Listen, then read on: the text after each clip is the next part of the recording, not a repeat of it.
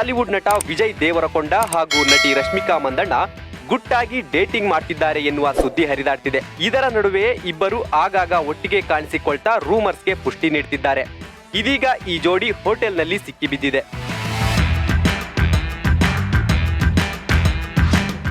Rashmika Mandanna casual ಉಡುಪು ಧರಿಸಿ ವಿಜಯ್ ದೇವರಕೊಂಡ ಜೊತೆ ಹೋಟೆಲ್ನಲ್ಲಿರುವ ಫೋಟೋ ವೈರಲ್ ಆಗ್ತಿದೆ. ರಶ್ಮಿಕಾ ಮಂದಣ್ಣ ಡೆನಿಮ್ ಜೊತೆ ನೀಲಿ ಬಣ್ಣದ ಕ್ರಾಪ್ ಟಾಪ್ ಧರಿಸಿದ್ದಾರೆ ಮತ್ತು ವಿಜಯ್ ದೇವರಕೊಂಡ ಬಿಳಿ ಟಿ ಶರ್ಟ್, ಚೆಕ್ ಶರ್ಟ್ ಮತ್ತು ಡೆನಿಮ್ ಹಾಕಿದ್ದಾರೆ. ವಿಜಯ್ ದೇವರಕೊಂಡ ಇತ್ತೀಚೆಗಷ್ಟೇ ತಾವು ಸಿಂಗಲ್ ಆಗಿಲ್ಲ ಎಂದು ಹೇಳಿದ್ದರು. ರಶ್ಮಿಕಾ ಮಂದಣ್ಣ ಅವರೊಂದಿಗಿನ ವಿಜಯ್ ದೇವರಕೊಂಡ ಸಂಬಂಧದ ಬಗ್ಗೆ ನಿರಂತರವಾದ ವದಂತಿಗಳು ಹರಿದಾಡುತ್ತಲೇ ಇರುತ್ತವೆ. ಗೀತಾ ಗೋವಿಂದ ಮತ್ತು ಡಿಯರ್ ಕಾಮ್ರೇಡ್ ಬಳಿಕ ವಿಜಯ್ ದೇವರಕೊಂಡ ಮತ್ತು ರಶ್ಮಿಕಾ ಮಂದಣ್ಣ ಡೇಟಿಂಗ್ ವದಂತಿ ಶುರುವಾಯಿತು.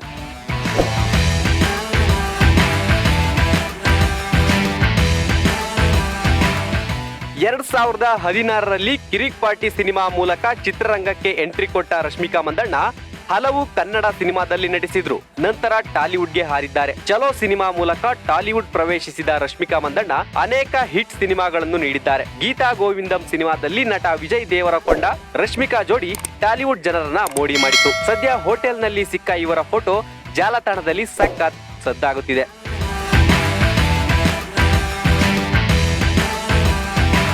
Bureau report, boss TV.